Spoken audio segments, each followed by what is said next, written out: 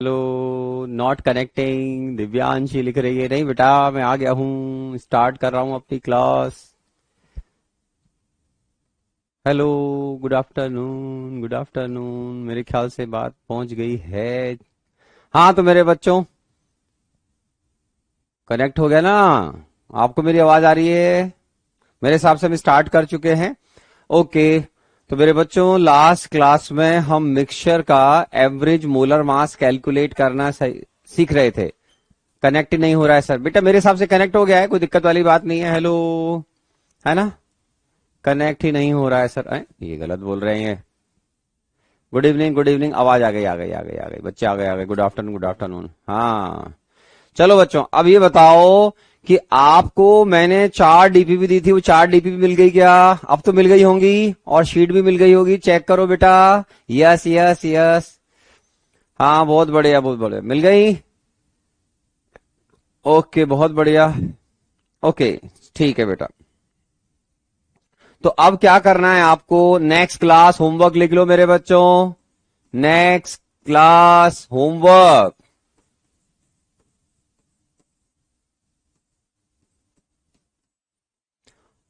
क्योंकि अब हम आगे बढ़ चुके हैं, तो मैंने जो आपको डीपीपी थे वो फंडामेंटल डीपीपी थे। अब हम थोड़े आगे बढ़ गए हैं, तो आप एक साथ 2 डीपीपी सॉल्व कर सकते हैं। बोलो बच्चों, डीपीपी नंबर 1 या 2 दोनों एक साथ दे दूं? आप बताओ, बताओ। नहीं करी मेरा ना। अरे हो गया बेटा, हो गया सर। बताओ बताओ। नमस्ते सर, आज आपकी बुक की डिलीवरी हुई। क्या बुक है? अच्छी बुक है, बहुत बढ़िया बेटा, पढ़ो। ओके सर, बुक की डिलीवरी क्यों हुई? सर मेरा नाम ले दो। क्यों भाई? आराम से, तू पहले आईआईटी एडवांस में सेलेक्ट हो, फिर तेरा नाम मैं 3 बार बोलूंगा, ठीक है? ओके।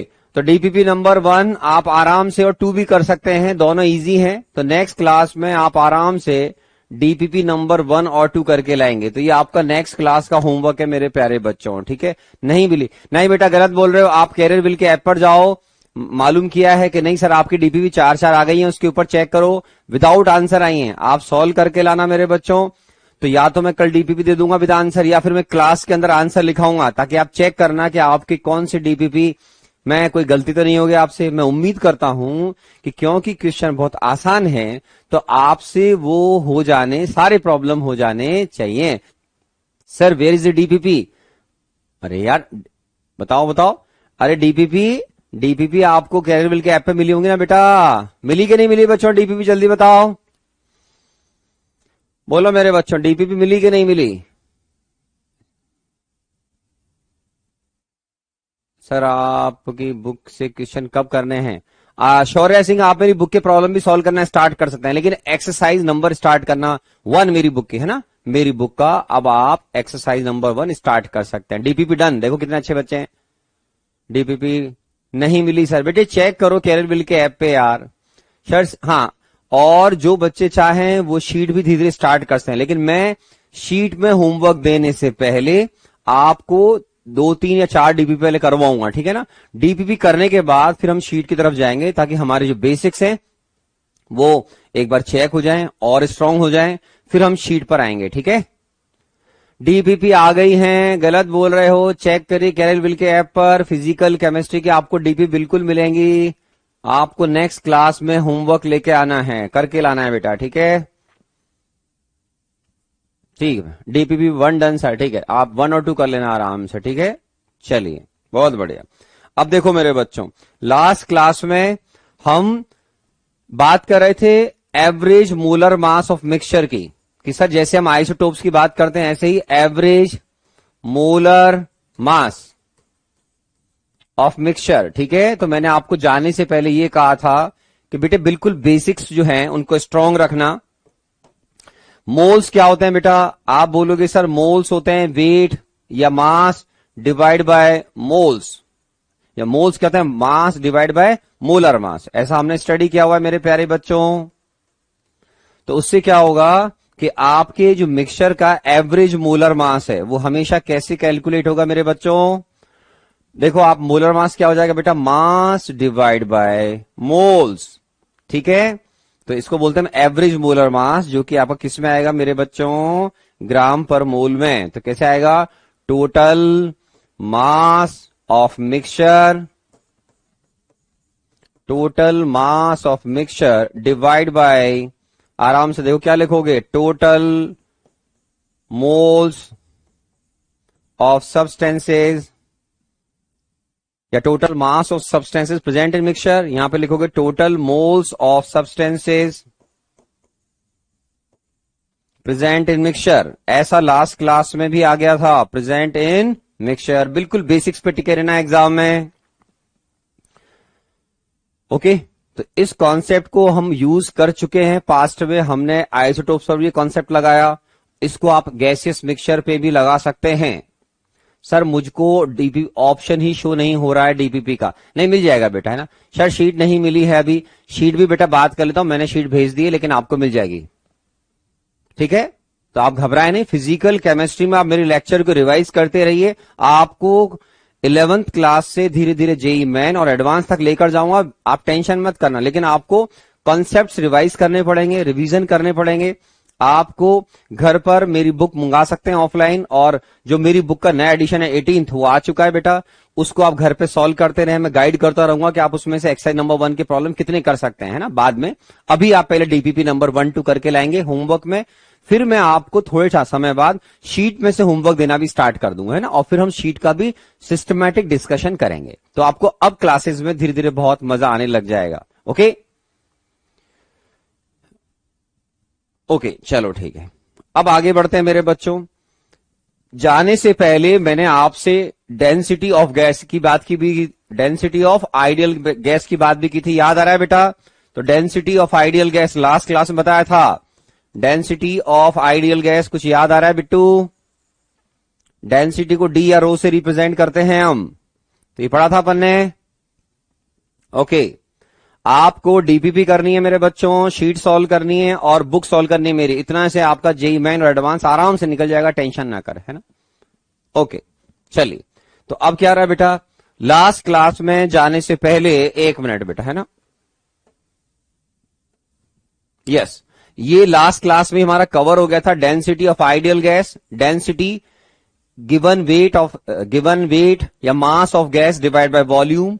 तो आइडियल गैस की डेंसिटी पीएम बाई आरटी होती है, यूनिट इसकी ग्राम पर लीटर या ग्राम पर एमएल या केजी मीटर क्यूब, इतनी सारी यूनिट्स में आप डेंसिटी मेजर कर सकते हैं। वाटर की डेंसिटी प्योर की 4 डिग्री सेंटीग्रेड पर मेरे बच्चों 1 ग्राम पर एमएल होती है। ये सारी इंफॉर्मेशन लास्ट क्लास में आ गई थी।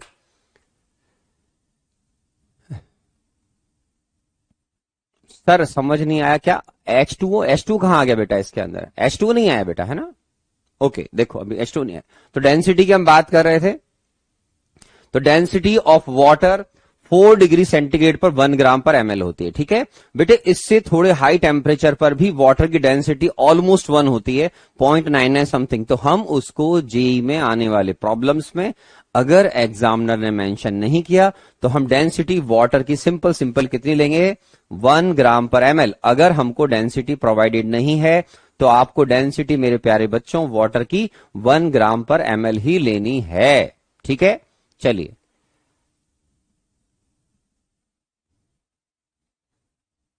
ठीक है, चलो आगे बढ़े। चलिए अब देखो मेरे बच्चों, देखिए अब एक नई टर्म है मेरे प्यारे बच्चों, रिलेटिव डेंसिटी। कि सर ये रिलेटिव डेंसिटी क्या होती है? आपको कभी भी किसी भी सब्सटेंस की अगर रिलेटिव डेंसिटी कैलकुलेट करनी है तो उस सब्सटेंस की डेंसिटी को आप जो भी सब्सटेंस रेफरेंस लेना चाहें उससे डिवाइड कर सकते हैं, ठीक है। तो इसको हम ऐसे बोलते हैं बेटा, density of substance divide by density of reference substance. ये रेफरेंस कौन होगा मेरे बच्चों, ये एग्जामिनर डिसाइड करता है अगर वो रिलेटिव डेंसिटी की बात कर रहा है। रिलेटिव डेंसिटी को जो स्टैंडर्ड टर्म में कई जगह यूज किया जाता है वो मैं आपको अलग अलग तरीके से बता रहा हूं, है ना। यहां रेफरेंस सब्सटेंस एग्जामिनर डिसाइड करेगा, आप और मैं नहीं, ठीक है। लेकिन इसके अलावा रिलेटिव डेंसिटी की कुछ फेमस टर्म हैं जो बहुत फिक्स्ड हैं। आप आराम से किसी भी डेवलपिंग या डेवलप्ड कंट्री में जाएं तो वहां पर आपको ये डेफिनेशन देखने को मिलेंगी।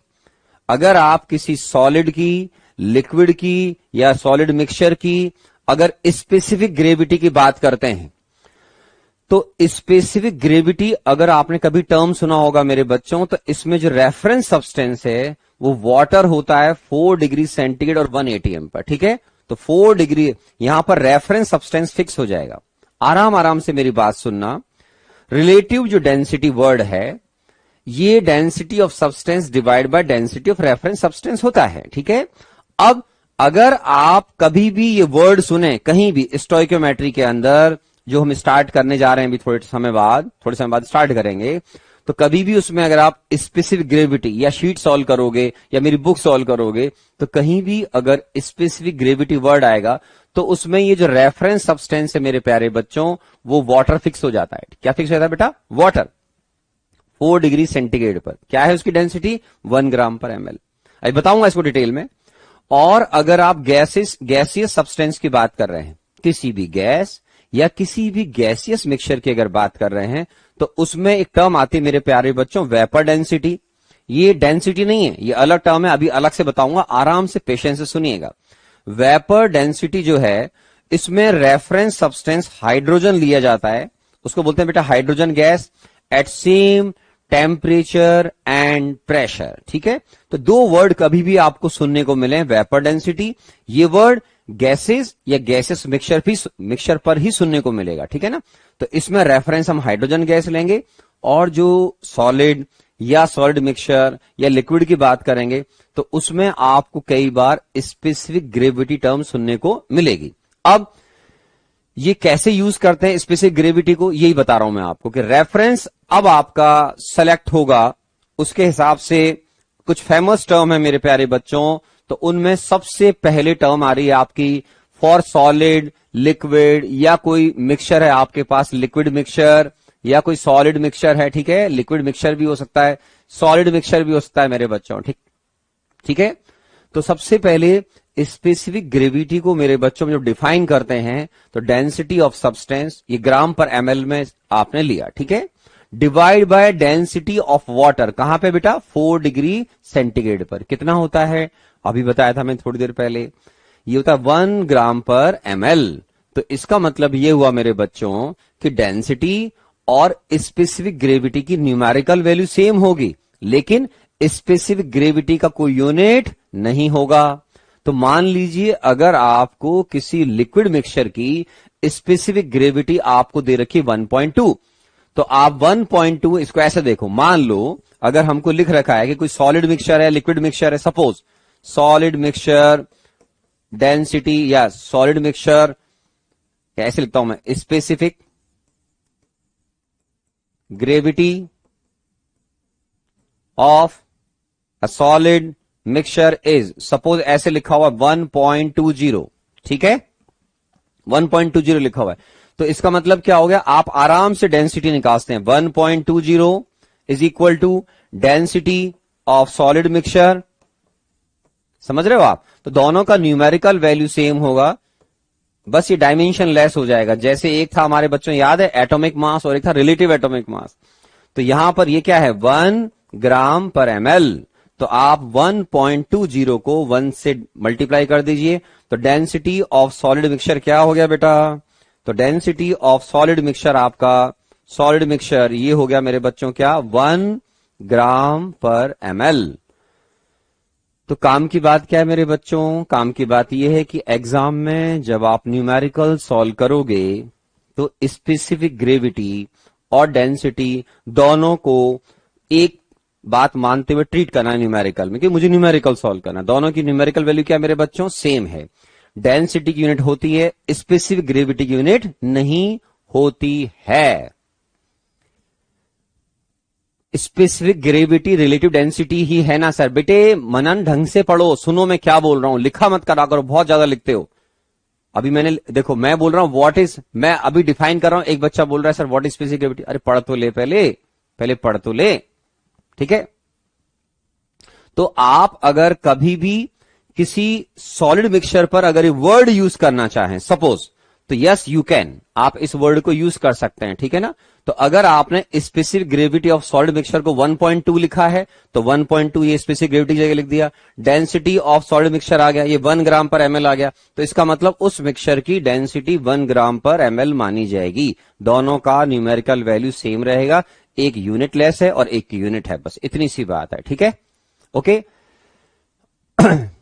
हाँ sir, after the classes DPP sheet and 18th addition book is sufficient, yes more than enough sir, ठीक है। हाँ 1.2 होगा भाई, ये इतनी बार क्यों टाइप करता है, कोई अहीर है कोई बच्चा, है ना, ठीक है। ओके चलिए अब आगे बढ़ते हैं मेरे बच्चों।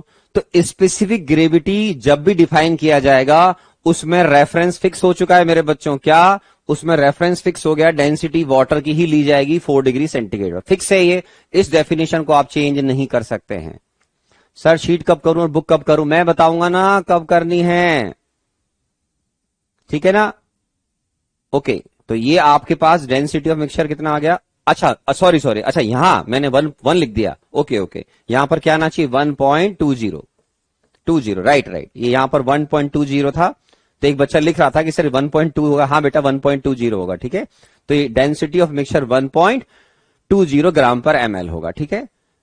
मैं बताऊंगा बेटा, पेशेंस रखो, शीट कब सॉल्व करूं बुक कब करूं, अभी आपको शीट सॉल्व करने से पहले मेरी बुक के 18th एडिशन के स्टार्टिंग प्रॉब्लम सॉल्व करने चाहिए, ठीक है। आप आराम से जैसे उसमें 1 से लेकर 20-25 कर सकते हैं।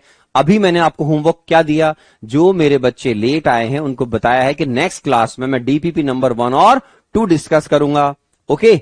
और आप में से जिन बच्चों ने मेरा चैनल अभी तक सब्सक्राइब नहीं करा है वो मेरा यूट्यूब चैनल भी सब्सक्राइब कर सकते हैं। मैंने 4 महीने पहले एक तरीके से मान लीजिए कि यूट्यूब को ज्वाइन किया या मैंने अपना उस पर अपना चैनल लॉन्च किया था, तो 4 महीने हो गए हैं।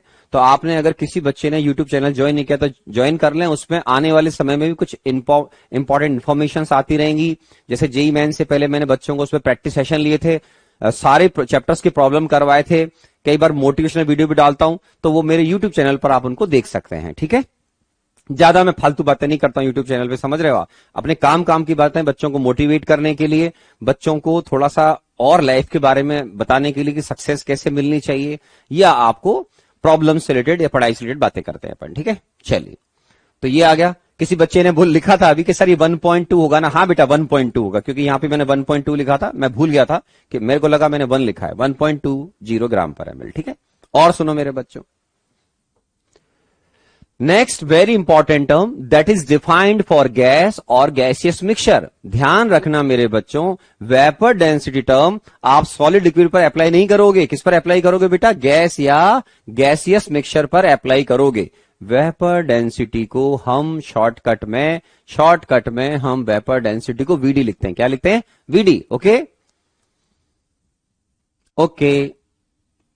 चलिए अब देखो डेंसिटी, अब देखो वेपर डेंसिटी डिफाइन कैसे होती है मेरे बच्चों, डेंसिटी ऑफ गिवन गैस जो भी आप सेलेक्ट करना चाहें, सेम टेम्परेचर एंड प्रेशर, और डेंसिटी ऑफ हाइड्रोजन, मतलब ये आपकी रेफरेंस गैस हो गई, कौन होगी बेटा, ये इसके अंदर रेफरेंस गैस होती है, कौन, हाइड्रोजन। इस डेफिनेशन को आप और मैं चेंज नहीं कर सकते हैं। डेंसिटी अभी सिखाया था मेरे बच्चों, क्या होती है, पीएम बाई आरटी, आराम से सुन लो मेरे प्यारे बच्चों। तो अगर डेंसिटी पीएम बाई आरटी होती है तो आपको दोनों जो गैस लेनी पड़ेंगी, कौन कौन सी, रेफरेंस गैस, और जिस भी गैस या गैसियस मिक्सचर के लिए आप ये टर्म डिफाइन कर रहे हैं उन दोनों का टेम्परेचर प्रेशर सेम होना चाहिए। जैसे मैं यहां लिख रहा हूं बेटा, वेपर डेंसिटी, इसको ऐसे देखो, डेंसिटी ऑफ गैस ये लिखा हुआ है, divide by density of hydrogen gas. अब आप मेरे प्यारे बच्चों जैसे यहां देखो, डेंसिटी ऑफ गैस, एक सेकेंड, है ना, ये density of gas divide by density of hydrogen gas, आराम से देखो मेरे बच्चों। सेम टेम्परेचर प्रेशर का मतलब क्या है, डेंसिटी को मैं रिप्लेस कर रहा हूं किससे, P M gas divide by R T divide by P M hydrogen gas divide by R T. ये लो मेरे बच्चों, तो उससे क्या होगा कि आपके पास जो कॉमन टर्म है pressure, R T term cancel हो जाएंगी। तो क्या आएगा बेटा, ये molar mass of gas divide by molar mass of hydrogen gas, ठीक है। तो इसका मतलब ये हुआ कि वेपर डेंसिटी जो टर्म है मेरे बच्चों वो डायमेंशनलेस हो गया, उसका भी कोई यूनिट नहीं होगा, नो यूनिट, क्योंकि ये रेशो है। अब आप सब बच्चे जानते हैं कि मोलर मास ऑफ हाइड्रोजन कितना होता है बेटा, 2 ग्राम पर मोल। तो यहां पर डिवाइड बाय 2 लिख दिया। तो इसका मतलब ये हुआ कि किसी भी गैस की अगर आपको वेपर डेंसिटी निकालनी हो तो उस गैस का मोलर मास मालूम होना चाहिए, उसको आप 2 से डिवाइड कर दें तो उस गैस की वेपर डेंसिटी आ जाएगी। लिख लो आराम से, इंपॉर्टेंट टर्म है मेरे बच्चों, आगे फ्यूचर में यूज होती रहेगी। सर लास्ट में नोट्स लिखना के भी टाइम नहीं मिलता है? वेपर डेंसिटी क्या होता है लिखे ना, ओम भारद्वाज जी लिखो ना, वेपर डेंसिटी क्या होता है, लिखा तो है सामने। ओके ठीक है। तो किसी भी गैस की अगर आपको वेपर डेंसिटी निकालनी हो तो molar mass of gas divide bye 2 कर देना, तो उससे उसकी वेपर डेंसिटी आ जाएगी। तो इसका भी कोई यूनिट नहीं होता है। और अगर आपको किसी भी गैसियस मिक्सचर की वेपर डेंसिटी निकालनी हो तो उसको भी कैलकुलेट कर सकते हैं, ठीक है।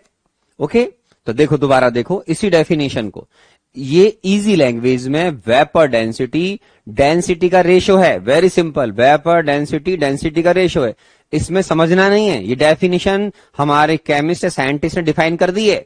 कोई व्यक्ति मान लो बोले कि सर समझ में नहीं आ रहा, तो तू कुछ नहीं कर सकता है फिर, क्यों? क्योंकि तो रेशो डिफाइंड है, इसमें हम कुछ नहीं कर सकते हैं। तो ये रेशो डिफाइंड है जिसमें टेम्परेचर प्रेशर सेम होने चाहिए, तो आराम आराम से यहां से समझ सकता है हर व्यक्ति कि कैसे वेपर डेंसिटी मोलर मास, ये इसको ऐसे लिख लो, vapour density of gas, how we can define, density of gas divide by density of hydrogen gas at same temperature and pressure. तो कॉमन टर्म कैंसिल करो तो molar mass of gas divide by क्या आ जाएगा मेरे बच्चों, molar mass of hydrogen gas. और hydrogen gas का मोलर मास कितना है, 2। तो आज के बाद आपको ये फॉर्मूला सब बच्चों को याद होना चाहिए। ओके, ये कौन सा फैशन चला है आजकल, सर मेरा नाम ले दो, है क्यों भाई, ये कौन सा फैशन चला है? नहीं क्यों भाई, आराम से पढ़ो, पहले अच्छे से आईआईटी में सेलेक्ट हो, शानदार रैंक लाओ, ताकि मैं आपका नाम एक बार नहीं 2-3 बार लूं, ठीक है ना, 2 या 3 बार लूंगा, डोंट वरी। इसी तरीके से अगर आपको मेरे बच्चों vapour density of gaseous mixture निकालना है मेरे बच्चों, अगर ऐसी आपको वेपर डेंसिटी ऑफ क्या निकालना है, गैसियस मिक्सचर, तो क्या हो जाएगा बेटा, density of gaseous mixture divide by density of hydrogen gas at same temperature and pressure.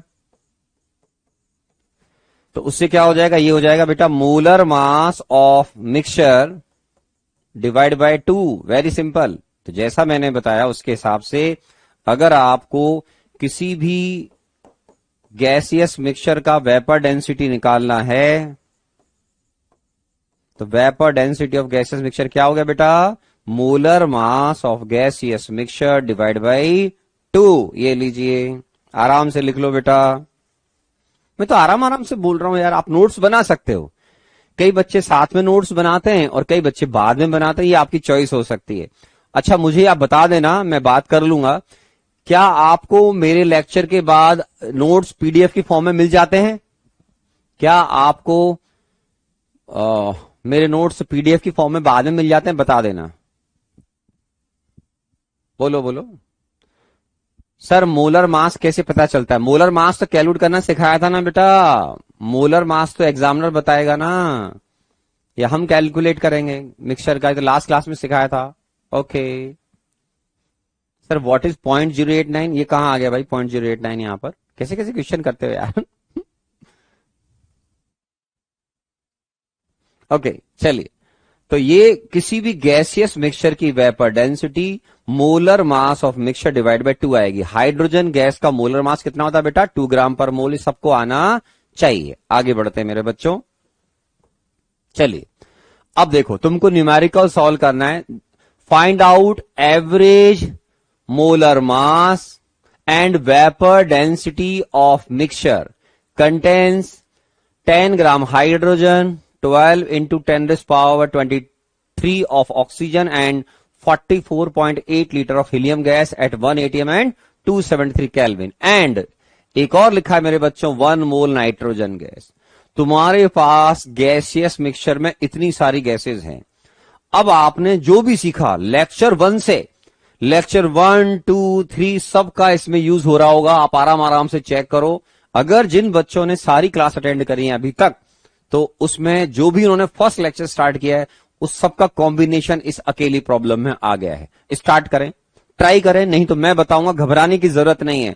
You are with sodium sir, international certified iron man and ultra runner. समझ रहे हो आप? तो बहुत हार्ड वर्क करके हम जैसे अपने आप को मेंटेन करते हैं, ऐसे ही आपको बहुत हार्ड वर्क करके मेरे बच्चों आईआईटी जेईई में सेलेक्ट होना है, ताकि आपके पापा मम्मी भी खुश और हम भी खुश, और आपकी जो सोशल स्टेटस है लाइफ का, पेरेंट्स का, या पूरे मोहल्ले में, आपका सिटी में अच्छा नाम हो। मेरी शुभकामनाएं आपके लिए। लेकिन पढ़ना पड़ेगा। ये चैटिंग पर अननेसेसरी लिखने से कुछ नहीं होता है बेटा ना। हमेशा काम की बात लिखो, उससे क्या टीचर भी रिलेवेंट चीजों को पढ़ पाएगा और आपको आंसर कर पाएगा, है ना। तो मेरा आपको सजेशन है, पहले भी कहा था, ऑनलाइन में डिसिप्लिन लाओ, अननेसेसरी चीजों को न लिखो। ऐसा करके आप पढ़ने वाले बच्चों का भी टाइम खराब करते हो। और वो अगर कोई अच्छी बात बोलने वाले होंगे तो वो इतने सारे अगर कमेंट आएंगे तो वो कमेंट छुप जाएगा, ठीक है ना। तो आप केवल काम की बात लिखा करो, फालतू बात नहीं, है ना। तो अच्छा रहेगा, बहुत बढ़िया सीखोगे मेरे बच्चों। अगर वाकई में इंजीनियर बनना है, आईआईटी में जाना है, एनआईटी बिट्स कहीं पर भी, तो आपको बहुत केयरफुली लेक्चर सुनना चाहिए। और अभी से प्रॉमिस कर लो अपने आप से कि मैं फालतू चीजें नहीं लिखूंगा कभी भी स्क्रीन पर। सर मेरा नाम ले दो, मैं ये हूं, मैं वो हूं। क्यों भाई? कौन हो आप? क्या आइडेंटिटी है आपकी? समझ रहे मेरी बात को? कोई बुरा नहीं मानना है इसमें। चीजों को हकीकत में जानो कि सर मैं वाकई में कितना टाइम वेस्ट कर रहा हूं अपना और अपनी क्लास का। तो इसलिए आपको केवल रिलेवेंट चीजें ही लिखनी चाहिए, अच्छा रहेगा, है ना। चलिए अब इस प्रॉब्लम को सॉल्व करने वाले सॉल्व करें, और जिनको नहीं आता है वो घबराए नहीं। मैं उनके साथ इस प्रॉब्लम को सॉल्व करने में उनकी मदद करूंगा मेरे प्यारे बच्चों। देखते जाओ सॉल्यूशन। सबसे पहले तुमको क्या करना चाहिए बेटा? सारी गैसेस के मोल्स निकालने चाहिए जिनके मोल्स नहीं दे रखे हो। अच्छा सर, चलो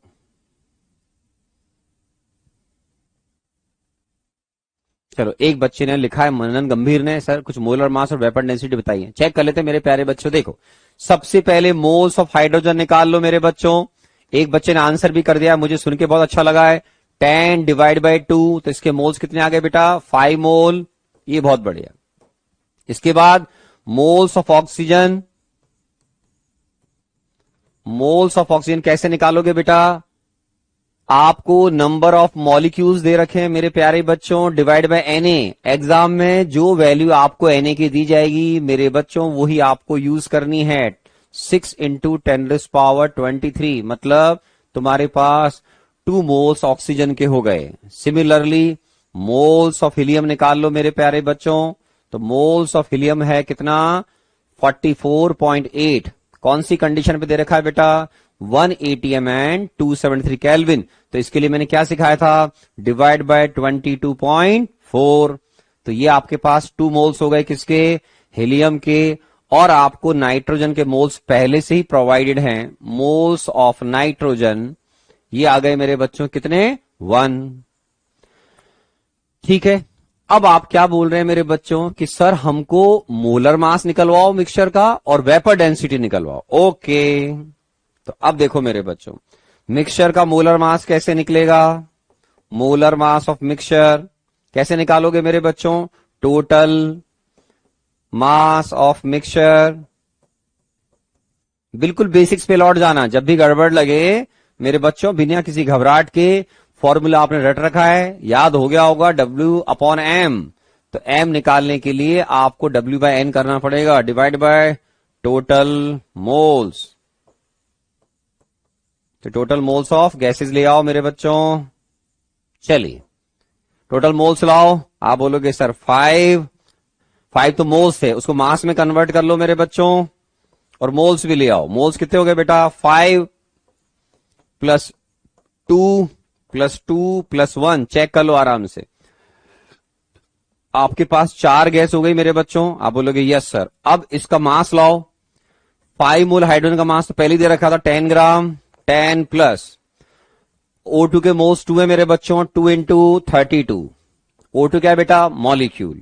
आगे बोलो हीलियम बेटा 2, हीलियम 2 है तो इसका मास कितना हो गया? 2 इंटू 4 प्लस नाइट्रोजन कितने मोल्स है बेटा? 1 इंटू 28। तो आराम से अब आप इसको ऐड करिए और डिवाइड बाय 10 कर दीजिए। बताओ कितना आ रहा है मेरे बच्चों? तो average molar mass of mixture solve कर लो और बताओ मुझे कितना आ रहा है। बताओ बताओ। 64 और 64 और 8, 64 और 8 कितना हो गया बेटा? 72, 72 और 28, 72 और 28 कितना हो गया बेटा? 100, 110। चेक करो, चेक करो। मेरे ख्याल से ये आपके पास 11 आ रहा होगा। चेक करो 11 आ रहा है क्या मेरे बच्चों? चेक करो। कुछ बच्चे 10.6 लिख रहे हैं, कुछ 10.8 लिख रहे हैं। सारे बच्चे चेक करो, चेक करो रे मेरे बच्चों, चेक करो। ठीक है, सबके अलग अलग आ रहे हैं। देखो सबका आंसर लगा 11, 20, 13.6, 9.2, 9.6, 10.6, 7.4।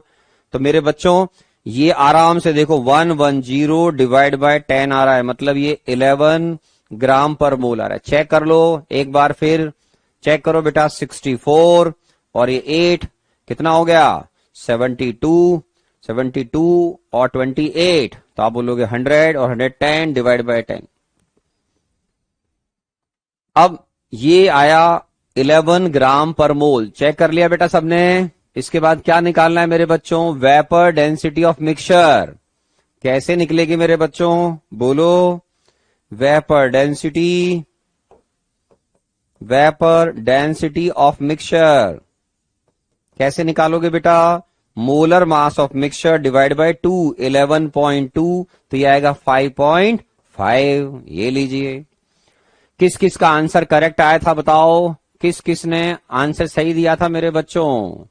वेपर डेंसिटी 11, 55 नहीं, 555। ओके ठीक। तो यहां पर वेपर डेंसिटी मिक्सचर क्या है? 11 डिवाइड बाय 2, 5.5। चेक कर लो सारे बच्चे। ओके चलिए, बहुत बढ़िया। तो हमने एक क्वेश्चन सॉल्व किया मेरे बच्चों, जो किसी मिक्सचर का, अब देखो इसमें फायदा क्या है मेरे बच्चों। ये आपके फर्स्ट सेकंड लेक्चर में आ गया था, आप बोलोगे यस सर। ये भी फर्स्ट लेक्चर में आ गया था, ये भी आपका सेकंड या थर्ड लेक्चर में आ गया था। तो हमने जो सीखा मोल कॉन्सेप्ट में, मोल इन टर्म्स ऑफ मास बोल लीजिए, in terms of number, in terms of volume, सबको यूज कर लिया। फिर लास्ट क्लास में सीखा उसको अप्लाई किया। उसके बाद average molar mass of mixture आ गया। फिर तुमने आज ही सुना वेपर डेंसिटी। तो आज ही सुनने के बाद हमने क्या किया? वेपर डेंसिटी का मतलब है उस मिक्सचर की मोलर मास को आप 2 से डिवाइड करेंगे। क्यों? क्योंकि डिवाइड बाय होता है density of hydrogen gas at same temperature pressure. तो वो मैंने आपको सिखा दिया कि वेपर डेंसिटी मोलर मास को 2 से डिवाइड करने से आती है, इसकी कोई यूनिट नहीं होगी।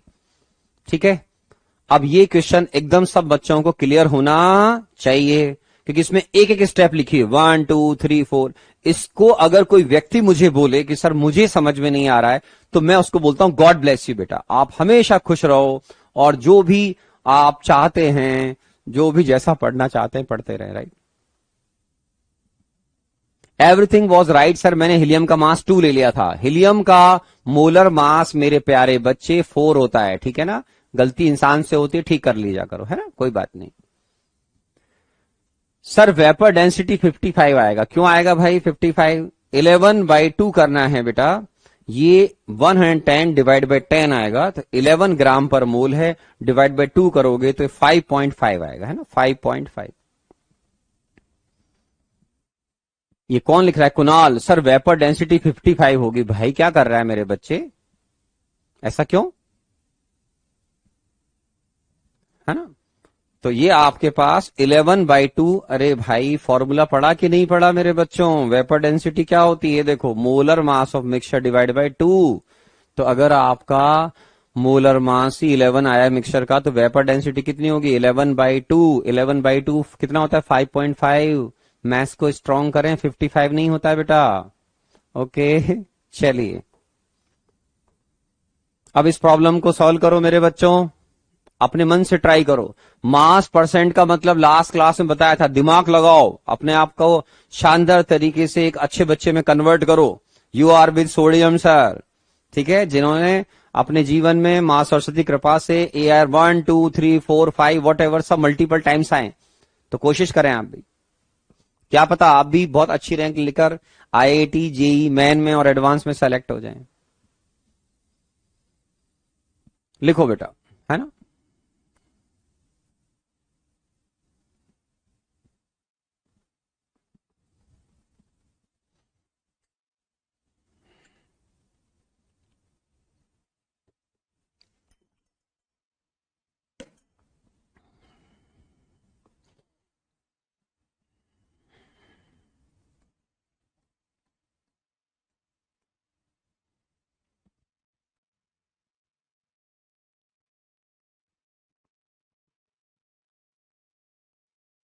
एक बच्चा लिखता है, सर पीवीएस गॉर्डन आरटी कब यूज करना है? अरे बेटा आइडियल गैस के लिए यूज करना है पीवीएस गॉर्डन आरटी, जब आपको मोल्स वगैरह निकालने हो। प्रेशर, वॉल्यूम, मोल्स और टाइम टेम्परेचर में से 3 चीजें देगा, चौथा आप निकाल लेना। तो आइडियल गैस के लिए यूज करते हैं मेरे बच्चे PV is equal to NRT. Sir lecture के बाद क्लास नोट्स प्रोवाइड क्यों नहीं होते? आप क्लास में नोट्स क्यों नहीं बनाते हो? अगर आप ये बोल रहे हो तो मैं आपको बोलूंगा कि आप क्लास में नोट्स क्यों नहीं बनाते हो, बताओ क्यों नहीं बनाते, क्यों मेहनत नहीं करते हो क्लास में? फिर भी अगर आपको मेरे पीडीएफ नोट्स नहीं मिलते हैं तो मैं कोशिश करूंगा आने वाले समय में कि आपको मेरे क्लास नोट्स पीडीएफ की फॉर्म में मिल जाए। बोलो, चाहते हो आप कि पीडीएफ की फॉर्म में आपको नोट्स मिल जाए? हाँ या ना, जल्दी बताओ, हाँ या ना। अगर हाँ तो पहले चॉकलेट दो, उसके बाद आपको नोट्स दिलवा देंगे, ठीक है। बात करते हैं आपके लिए मेरे बच्चों। चलिए अब देखो, जो जो बच्चे ट्राई कर रहे हैं वो करते रहें। 66 मास परसेंट ऑफ CO2 दे रखा है ना। दो है सब्सटेंस, हाइड्रोजन और CO2। मास परसेंट जब भी दे रखा हो तो 100 मानना सबसे इजी होता है कैलकुलेशन के लिए। Let mass of mixture is 100 gram, ठीक है मेरे बच्चों, 100 ग्राम। तो उससे क्या होगा मेरे बिट्टू कि 66 मास परसेंट 100 लेने का फायदा क्या होता है बेटा, कैलकुलेशन बहुत आसान हो जाती है। तो 100 ग्राम अगर मिक्सचर का मास लोगे तो उसमें मास ऑफ CO2 कितना होगा मेरे प्यारे बच्चों?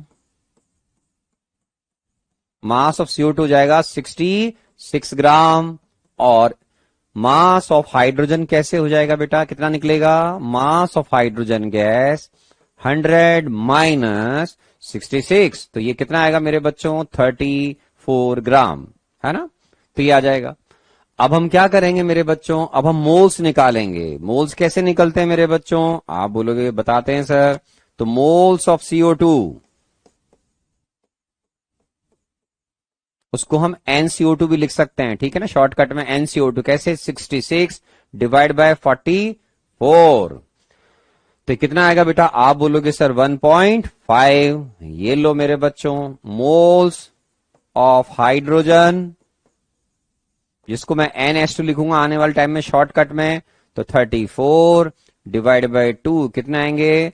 17।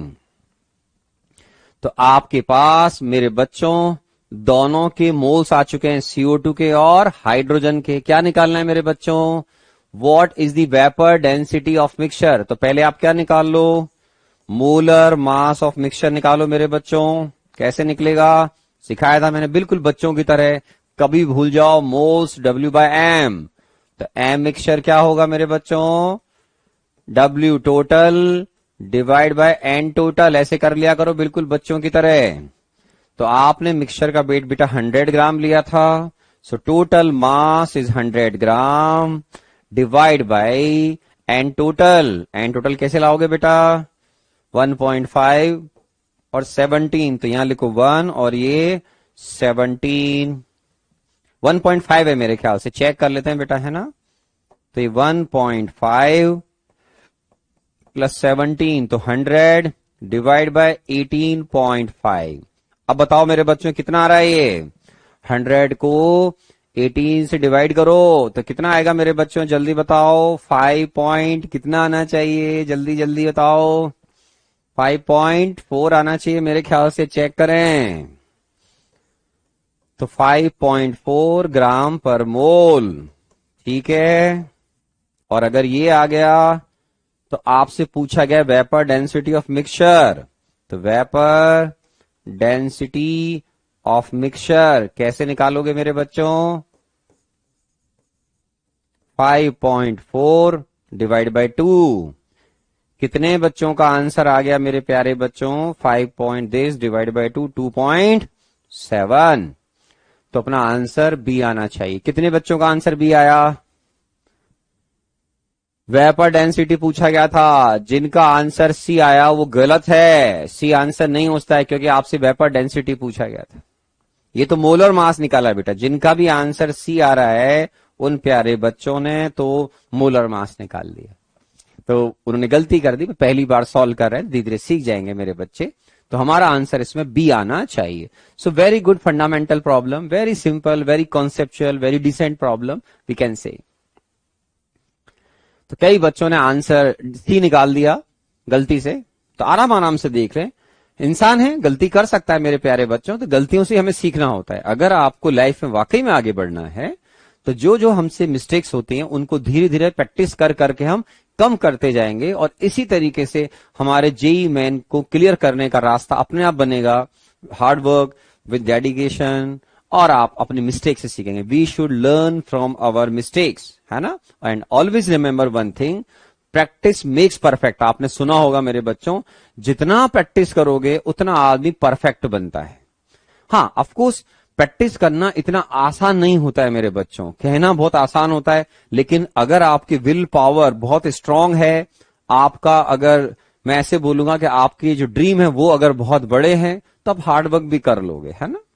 आप सोचो, संडे को पब्लिक रेस्ट करती है और संडे को मैं लॉन्ग रन पे जाता हूं। लॉन्ग रन का मतलब है गर्मी में भी मैं लगभग 30, 35, 40 किलोमीटर दौड़ता हूं। अभी संडे को मैं 37.5 किलोमीटर दौड़ा था। जब पब्लिक रेस्ट करती है तब तक, और सुबह जो आराम से उठते हैं बहुत से लोग दुनिया में मेरी एज के बराबर के, तब तक मैं आराम से 30-40 किलोमीटर दौड़ के आ जाता हूं, है ना। और फिर मैं थोड़ा रेस्ट करता हूं। चलिए sir, please notes Telegram channel पे अपलोड कर दीजिए करो। बेटा मैं पहले टेलीग्राम चैनल तो बना लूं। मेरा एक पुराना टेलीग्राम चैनल था, 3-4 साल पुराना, बंद हो गया। मैं उसको चालू करता हूं, ठीक है ना। आपके कहने से मैं उसको चालू कर लेता हूं, ठीक है ना। थोड़े दिनों में मुझे थोड़ा समय चाहिए, because I am busy, very busy in these few days. मेरा कुछ असाइनमेंट का काम चल रहा है, तो मैं देख लूंगा, है ना। तो ऐसा कर देंगे, ठीक है। चलिए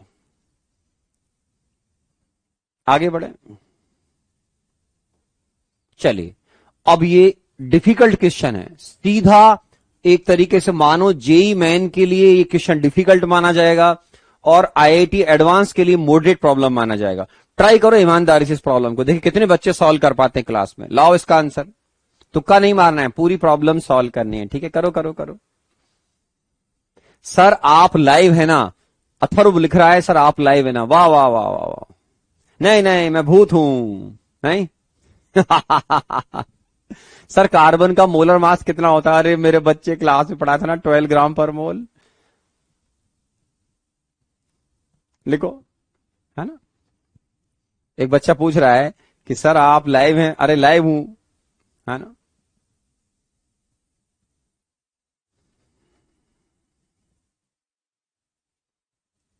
sir DPP channel Telegram channel पे दे दो। हाँ दे देंगे, दे देंगे बेटा, दे देंगे दे देंगे। रुको, मेरे को टेलीग्राम चैनल पे अपना वापस से ऑन तो करने दो, मुझे भी पता ही नहीं, 4-5 साल हो गए। देखता हूं है ना। पहले आप सब बच्चों ने यूट्यूब चैनल ज्वाइन कर लिया? कितने बच्चों ने यूट्यूब चैनल ज्वाइन कर लिया है? उसमें एक मेरे इनिशियल 2 वीडियो सुनना मेरे बच्चों, how we can get success. उसमें सारे बच्चों को अपने आप को मोटिवेट करने के लिए कहां कमी रह जाती है, तो आप मेरे सक्सेस का वीडियो देखना, सक्सेस वीडियो 1, सक्सेस वीडियो 2, है ना, उसको आप जरूर देखना। Sir today is my first class. Sir कितने घंटे प्रैक्टिस करें? नहीं बेटा, ये डिपेंड करता है, हर आदमी का मेंटल लेवल अलग अलग होता है। हमें 24 आवर्स में क्लास में जो भी पढ़ा है उसको रिवाइज करना होता है, और जो होमवर्क दें उतना कर लो। इससे आपका जेई मेन एडवांस मेरे हिसाब से निकल जाएगा। और जो भी सर ऑनरेबल पढ़ा रहे हैं, जो आपको प्रैक्टिस के लिए बुक्स या शीट डीपीपी दे रहे हैं, उतना कर लो। आईआईटी निकलेगा 100%, मान के चलना। चलिए, इस प्रॉब्लम को कितनों ने सॉल्व किया? सर ओल्ड लेक्चर कैसे देखें, मोहम्मद साहब लिख रहे हैं। बेटे ओल्ड लेक्चर के लिए आपको मेरे ख्याल से आपके ऐप पर ये वीडियो आपके काफी समय अवेलेबल रहेंगे, कोर्स की पूरे ड्यूरेशन में आप दोबारा भी देख सकते हैं, है ना। चलो मेरे बच्चों अब देखिए, vapour density of mixture containing NO2 and sir आपका मैथ्स बहुत हार्ड है। अच्छा है, हार्ड क्या होता है यार मेरे बच्चे। चलिए सॉल्यूशन। ओके, वेपर डेंसिटी मेरे बच्चों मिक्सचर का दे रखा है 27.6। ओके, सबसे पहले ये बताओ NO2 का और N2O4 का मोलर मास क्या लिखोगे मेरे बच्चों, पहले तो ये मालूम होना चाहिए। तो आपको दोनों के मोलर मास आने चाहिए। आप बोलोगे यस सर। 32 मेरे प्यारे बच्चों इसका होता है, 32 में 14 जोड़ दो, कितना आया। तो आप बोलोगे सर 32 प्लस 14 कितना हो गया मेरे बच्चों 46, तो 46 आ जाएगा। उसका 2 से मल्टीप्लाई कर दो 92 ये हो जाएगा। तो आपके पास जो मोलर मास है वो NO2 और N2O4 के 46 और 92 आ जाएंगे। आप बोलोगे यस सर।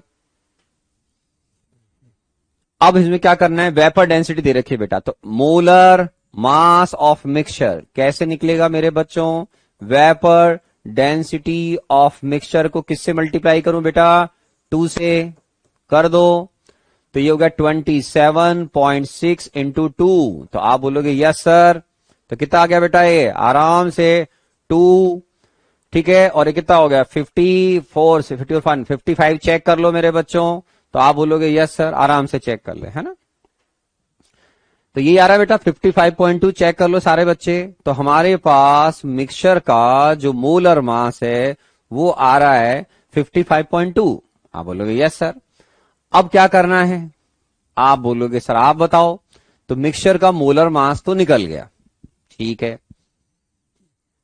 अब मैं इसमें मोल परसेंट, मान लो IIT JEE वाले मोल परसेंट पूछ सकते हैं, IIT वाले आपसे वेट परसेंट पूछते हैं, दोनों ही निकाल लेते हैं अपन, तो आराम से प्रैक्टिस बढ़िया हो जाएगी अपनी, है ना।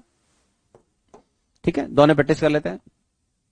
ओके चलो मेरे बच्चों, तो अब मान लो let we have 100 mole mixture, है ना, 100 मोल मिक्सचर, और उसमें क्या है, मान लेते हैं मेरे बच्चों मोल्स ऑफ NO2 आपके पास मेरे बच्चों X है, तो उससे क्या हो जाएगा, मोल्स ऑफ N2O4 हो जाएंगे मेरे बच्चों 100 माइनस X। आप बोलोगे ये भी ठीक है सर, ठीक है मेरे बच्चों। अब आपसे अगर वेट परसेंट की जगह मोल परसेंट पूछा होता तो हम क्या करते हैं, आराम से average molar mass of mixture, हमने क्या पढ़ा था बेटा, आप बोलोगे सर हमने पढ़ा था N1 M1 N2 M2 divide by N1 plus N2। भूल तो नहीं गए मेरे बच्चों, लास्ट क्लास का concept, N is equal to W by M, so M is equal to W by N। तो total mass divide by total moles, ये क्या हो गया बेटा, mass of NO2 gas, mass of N2O4 gas, total moles, total moles कितने लिए बेटा 100, ये भी ठीक है। अब A के मोल्स आपने X मान लिए, तो X इंटू आराम से लिखो बेटा 46 प्लस 100 माइनस X इंटू 92, ये लो मेरे बच्चों। और आपको मिक्सचर का मोलर मास क्या दे रखा है, तो आप बोलोगे सर हमको मिक्सचर का मोलर मास इन्होंने कितना दिया है, मिक्सचर का मोलर मास आपने 55.2 निकाला था मेरे बच्चों। तो यहां से अब आप X सॉल्व करो, तो जो आप X सॉल्व करोगे मेरे बच्चों वो X क्या होगा, तो यहां से X सॉल्व करो मेरे बच्चों, क्या है X की वैल्यू बताओ, सॉल्व करो। बुक का PDF, बेटा बुक का PDF कोई नहीं देगा बेटा, है ना, मेरा जो पब्लिशर है वो भी नहीं देगा मेरे को, है ना, उसको बुक सेल करनी होती है, समझ रहे हो, उसके भी बच्चे हैं बेटा, है ना, ठीक है ना। हाँ, तो जो आपके पास 100 माइनस X इंटू 92 लिखा है वो N2O4 के लिए लिख दिया, NO2 के लिए X लिखा है, आराम से देख ले। तो X की वैल्यू सॉल्व करो, ठीक है ना, ठीक है। चलिए सिंपल मैथ से, दोनों का सम 100 है मेरे बच्चों, तो आपके पास ये एक X हो जाएगा, दूसरा 100 माइनस X हो जाएगा। चलिए सॉल्व करिए, बताइए X कितना आ रहा है सारे बच्चे, बताओ रे बच्चों X कितना आया, सॉल्व करके बताओ X की वैल्यू कितनी आ रही है, 80 आ रही है, बहुत बढ़िया। तो x का वैल्यू 80 आ रहा है, तो इसका मतलब मोल परसेंट जो है वो आपका 80 हो गया। 100 लेने का फायदा क्या है बेटा, कि मोल परसेंट ऑफ NO2 अगर होता है तो 100 लेने का फायदा क्या मिलता है कि आपने सॉल्व किया तो ये x डिवाइड बाय आप बोलोगे सर टोटल मोल्स कितने, 100 इंटू 100, तो x ही आपका आंसर होता है। तो आपके पास 80 मोल परसेंट आपके पास कौन है इसमें, NO2। लेकिन क्या मैंने आपसे मोल परसेंट पूछा हो, आप बोलोगे नो सर, आपने तो हमसे वेट परसेंट पूछा था। तो बच्चे यहां भी गड़बड़ करते हैं। तो आपने जो एक्स सॉल्व किया है वो मोल परसेंट है। IIT जेईई मेन में मान लीजिए एग्जामिनर मेरे बच्चों आपसे पूछता है मोल परसेंट, तो मोल परसेंट हमारा हो गया 80। लेकिन मैंने तो बोला मुझे वेट परसेंट चाहिए, तो वेट परसेंट कैसे निकलेगा बोलो मेरे बच्चों। तो आप बोलोगे सर वेट परसेंट कैसे निकलेगा मेरे बच्चों, वेट परसेंट ऑफ NO2, लिखो यहां पे total mass of NO2 into total mass of mixture into 100। ये लो मेरे बच्चों, आप बोलोगे यस सर। अब वेट परसेंट हमें लाना है, तो टोटल मास ऑफ NO2। अब आराम आराम से देखो, तुम्हारे पास इसके कितने मोल्स हैं NO2 के, 80। तो आप क्या करोगे बेटा, 80 इंटू 46, ये क्या हो गया, 1 मोल NO2 का मास 46 होता है, 80 मोल्स का मास ही हो गया, divide by total mass of mixture. Mixture कितने मोल लिया था आपने, 100। ये देखो मेरे बच्चों हमने 100 मोल लिया था मिक्सचर। एक मोल का मास कितना है, 55.2। तो 100 मोल मिक्सचर का मास कितना हो जाएगा मेरे बच्चों, आप बोलोगे 100 इंटू 55.2। तो आराम से लिखो यहां पे 100 इंटू 55.2। जो टर्म कैंसिल हो रहा हो कैंसिल कर दो मेरे बच्चों, 100 से 100, तो ये आ रहा है बेटा 80 इंटू 46 डिवाइड बाय 55.2। तो ये आ गया मेरे बच्चों वेट परसेंट ऑफ NO2। ठीक है, अब यहां से अगर आप सॉल्व करोगे तो आराम आराम से आपका आंसर इन चारों में से या इनमें से कुछ आना चाहिए। कौन सा आएगा बच्चों, सोचो सोचो और सोचो, कौन सा आ रहा है मेरे बिट्टू। तो यहां से आपको प्रॉब्लम सॉल्व करना पड़ेगा। ठीक है, तो हमारा वेट परसेंट ये आंसर आएगा ओवरऑल सॉल्व करने के बाद। कितना आ रहा है, कुछ बच्चे बोल रहे हैं सर 80 तो बेटा मोल परसेंट था, है ना, जो बच्चे लिख रहे हैं। अब हम बात कर रहे हैं वेट परसेंट की, वेट परसेंट ही आएगा, ये आपका आंसर होगा। इसको सिंप्लीफाई भी कर सकते हैं अपन, ठीक है, तो आप इसको सिंप्लीफाई भी कर सकते हैं, ठीक है, करें। हाँ, तो ये आपके पास ओवरऑल कितना आ रहा है, 66.66 आ रहा है, वेरी गुड।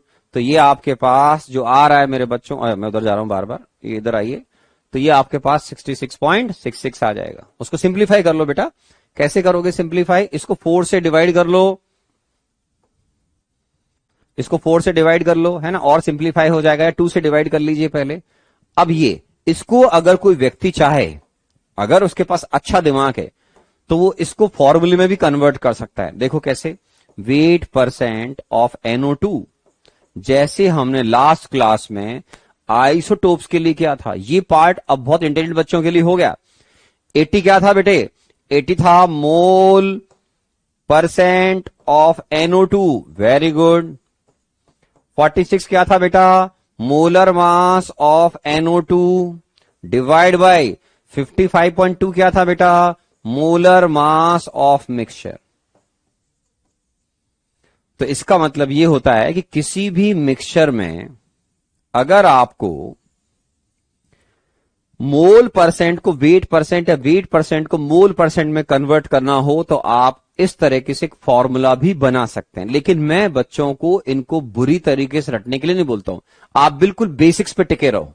जो बच्चा जितने बेसिक्स पे रहेगा उसके कॉन्सेप्ट्स उतने क्लियर रहेंगे, क्योंकि बहुत से बच्चे ढंग से याद भी नहीं कर पाते हैं, समझ रहे हैं आप। तो उनके लिए बेस्ट ये है कि आराम आराम से वो एक एक स्टेप सॉल्व करें और देखें किस तरीके से आंसर आ रहा है, ठीक है।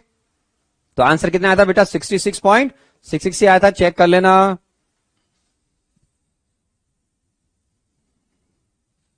है ना, ठीक है ना, ओके। 100 क्यों पकड़ा गया? अच्छा 100 क्यों लिया बेटा? 100 लेने से कैलकुलेशन हमेशा आसान हो जाती है। देखो अगर आप 100 लोगे मेरे बच्चों, तो 100 लेने से क्या होता है, जो आपका x आ रहा है बेटा वही मोल परसेंट हो जाएगा। देखो x divide by total moles, आपने 100 लिए इंटू 100, तो क्या होता है बेटा, 100 लेने का सबसे बड़ा फायदा होता है कि जो आप सॉल्व करके x निकाल रहे हो वो ही उसका मोल परसेंट हो जाएगा। इसलिए हमेशा जब भी मिक्सचर का प्रॉब्लम सॉल्व करो, ठीक है ना, तो आप 100 लेकर सॉल्व करोगे तो कैलकुलेशन इजी रहेगी आपके लिए, ओके। तो फर्स्ट क्लास एक एक स्टेप लिखा हुआ है, सामने देख ले मेरे बच्चों, एक एक स्टेप लिखा हुआ है कि ताकि डाउट के लिए कोई गुंजाइश न रहे। बिल्कुल एक एक स्टेप क्लियर देखें आराम से।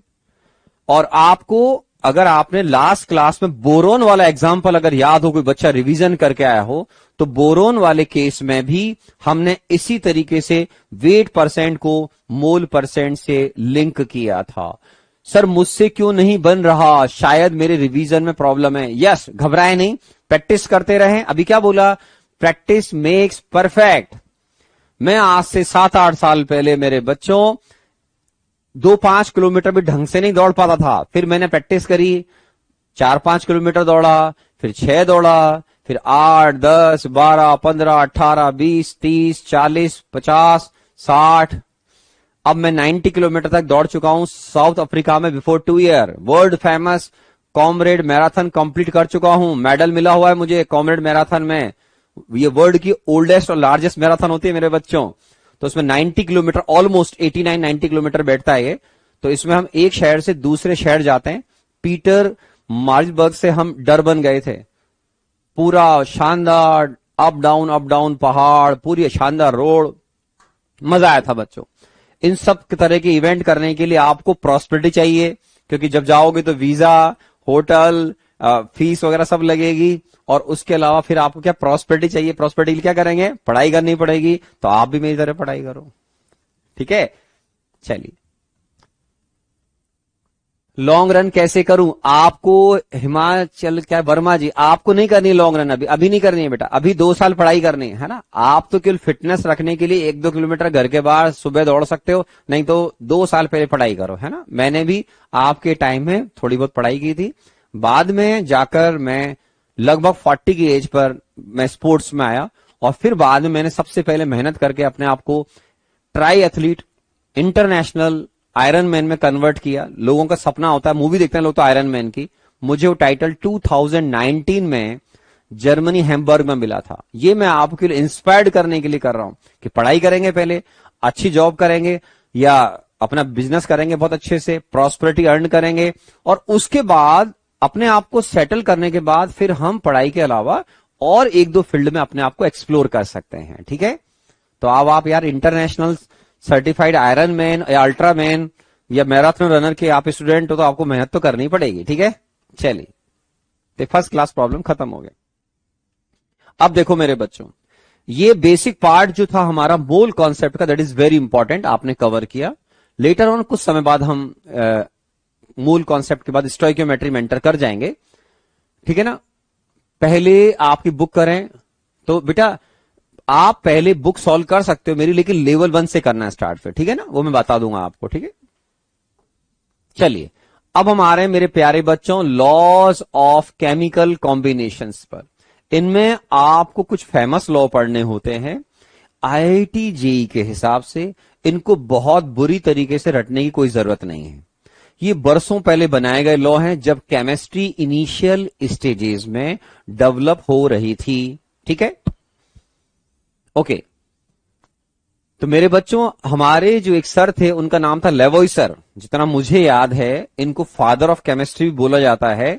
ये इनिशियल डेज में लेबोरेटरी में कुछ एक्सपेरिमेंट कर रहे थे मेरे बच्चों। आप बोलोगे ओके सर, तो ये जब लेबोरेटरी में इनिशियल डेज में कुछ एक्सपेरिमेंट कर रहे थे, तो इनके हिसाब से क्या हो रहा था कि जिस वेसल में ये केमिकल रिएक्शन परफॉर्म कर रहे थे, उसमें इन्होंने क्या करा, रिएक्शन स्टार्ट होने से पहले सब्सटेंसेस के वेट को मेजर कर लिया, ठीक। उनके बीच में कुछ रिएक्शन हुई मेरे बच्चों, उसके बाद कुछ प्रोडक्ट बन गया। तो इन्होंने जो कोई प्रोडक्ट बन गया तो उनका भी टोटल वेट मेजर कर लिया। तो इन्होंने ये पाया कि रिएक्शन के स्टार्टिंग में जो टोटल मास था, रिएक्शन के एंड में जो भी सब्सटेंसेस वेसल में बचेंगे उनका मास सेम आया, तो इसको बोलते हैं टोटल मास रिमेन्स कंजर्व। ये जो सर ने इनिशियल स्टेजेस में लॉ प्रोवाइड किया था, ये आपको मैं नॉलेज के लिए बता दूं कि जब आप रेडियो एक्टिविटी या न्यूक्लियर केमिस्ट्री पढ़ेंगे फिजिक्स में 12th क्लास में, तो आपको अभी से बताता हूं कि ये जो लॉ है, ये फंडामेंटल जो लॉ है, ये elementary chemistry normal chemical reactions पे अप्लाई होता है, ये न्यूक्लियर रिएक्शन पे नहीं लगता है मेरे बच्चों। आगे जाकर जब आप 12th क्लास में न्यूक्लियर केमिस्ट्री पढ़ोगे तो वहां मास भी एनर्जी में कन्वर्ट हो सकता है या हो जाता है, जब आप एटम बम वगैरह के बारे में पढ़ोगे, हाइड्रोजन बम वगैरह के बारे में पढ़ोगे, ठीक है ना। तो ये जो लॉ है, ये कॉन्सेप्चुअल लॉ है, ये हमारी लेबोरेटरी की नॉर्मल केमिकल रिएक्शंस पर अप्लाई होता है, न्यूक्लियर केमिस्ट्री पर इसको नहीं लगाना होता है, ठीक है। तो अब देखें, law of conservation of mass, ये सर का लॉ है। मैं ये नहीं कहता कि आप इसको बुरी तरीके से रटो, केवल याद होना चाहिए लॉ किसने प्रपोज किया और उसका बेसिक आइडिया क्या था। इनके हिसाब से total mass of reactants before reaction is equal to total mass of products after reaction, ठीक है। Okay sir, class notes plus DPP enough है क्या एडवांस के लिए? बिल्कुल नहीं, बिल्कुल नहीं, कुछ नहीं होता है उससे आईआईटी के लिए। आईआईटी एडवांस के लिए आपको बहुत पढ़ाई करनी पड़ेगी, ओके। तो ये जो लॉ है मेरे बच्चों, वो हर जगह एप्लीकेबल नहीं है। देखो लिखा हुआ है, this law is not applicable for nuclear reactions where mass is converted into energy. तो ये जो लॉ है मेरे प्यारे बच्चों, total mass of reactant is equal to total mass of product. मान लो आपके पास दो रिएक्टेंट हैं A2 और B2, उनसे क्या बन रहा है बेटा? C2 और D2। तो आपके पास रिएक्शन के स्टार्टिंग में A2 और B2 का जो मास होगा, फाइनली आपके जो C2 D2 बनेंगे प्रोडक्ट, उनके मास के इक्वल होना चाहिए। Similarly if you are decomposing calcium carbonate into calcium oxide plus CO2, तो आप रिएक्शन से पहले कैल्शियम कार्बोनेट का मास मेजर कर लो मेरे बच्चों, रिएक्शन के एंड में कैल्शियम ऑक्साइड और CO2 का मास मेजर कर लो, दोनों मास बराबर आएंगे। Means we can say mass of calcium carbonate is equal to mass of calcium oxide plus mass of CO2। Sir please drink water, it's hot. मेरे पास तो पानी जो है वो तो नॉर्मल है मेरे बच्चों। चलो आपने याद दिला दिया, थैंक यू वेरी मच। मेरा पानी जो है वो एसी चलने की वजह से थोड़ा ठंडा हो गया है। वैसे जनरली मैं घर पे थोड़ा सा हॉट वाटर पीता हूं जिसका टेम्परेचर लगभग 30 डिग्री होता है।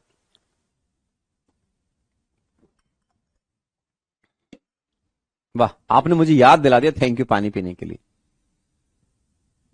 ठीक है, लिखो।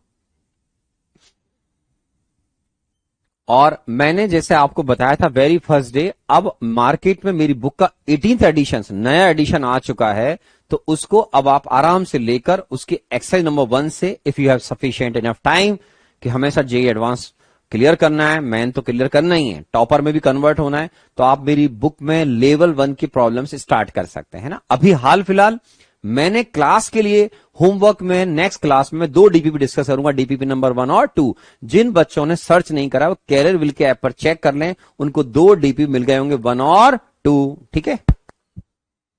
और बच्चों ने एक अच्छा आइडिया दिया है मेरे को कि भाई क्यों ना मैं मेरे टेलीग्राम चैनल को वापस जिंदा कर देता हूं और उस पर भी डीपीपी डाल दिया करूंगा। तो मैं आपको मेरे टेलीग्राम चैनल को भी एक्टिव करके फिर उस पर आप सबको जोड़ लेता हूं फ्यूचर में, ठीक है ना। मैं जोड़ता हूं कुछ समय बाद, ओके। सर आप ड्रॉपर बैच में पढ़ाओगे? अभी देखते हैं मेरे बच्चे। Okay okay okay. तो ये जो रिएक्शन है मेरे प्यारे बच्चों, वो सिंपल ये बोलती है कि मान लो अगर आपके A प्लस बी से सपोज करो 2C बन रहा है, कुछ भी प्रोडक्ट बन रहा है, तो ये रिएक्शन की स्टोइकियोमेट्री है। इसका मतलब होता है इसका 1 मोल इसके 1 मोल से रिएक्ट करेगा बेटा और उसके 2 मोल बनाएगा। लेकिन आप जो बोल रहे हैं वो मोल कॉन्सेप्ट है, वो तो मोल कॉन्सेप्ट हो गया कि इसके 1 और 1 से इसके 2 मोल बनने चाहिए, वो तो ठीक है। ये हम बात कर रहे हैं law of conservation of mass की, तो law of conservation of mass की टर्म में बात होगी। उसको कैसे बोलते हैं बेटा? ये तो आपने मोल बोला, ये मैं आपको भी स्टोइकियोमेट्री पढ़ाऊंगा। किसे पढ़ाऊंगा? स्टोइकियोमेट्री में। तो ये बोलते हैं mass of A plus mass of B before reaction. फिर क्या लिखे मेरे प्यारे बच्चों, आप बोलोगे sir mass of C after reaction. ये लीजिए, तो ये जो लॉ है कंजर्वेशन ऑफ मास का, ये मेरे प्यारे बच्चों लेवोइसस सर ने दिया था इनिशियल डेज में। तो बहुत ही इजी फंडामेंटल लॉ है, इसमें कोई टेंशन करने की जरूरत नहीं है। सर टेलीग्राम लिंक, अरे पहले मेरे को देख तो लेने दे कि टेलीग्राम जो लिंक है वो मेरे को 3-4 साल हो गए वो एक्टिव है कि नहीं है, मैं इसको चेक करता हूं। मैं आपको लिंक दे दूंगा, ठीक है ना, घबराए नहीं। मैं आपको आने वाले टाइम में, सर आप एडवांस तक गाइड करोगे ना? हाँ हाँ बिल्कुल भाई यासिफ, तभी तो मैं बोल रहा हूं आप मेरा यूट्यूब चैनल भी ज्वाइन कर लें, यहां भी मैं पढ़ाता रहूंगा। आप बस आपको पढ़ाई करनी है अच्छे से, ठीक है ना। ओके चलिए next part, law of constant composition, ठीक है। और आराम से पढ़ो मेरे बच्चों, इसमें लिखा हुआ है और लॉ ऑफ डेफिनेट प्रपोर्शंस। ये प्राउस्ट सर थे, प्राउस्ट सर ने ये लॉ प्रपोज किया था मेरे बच्चों।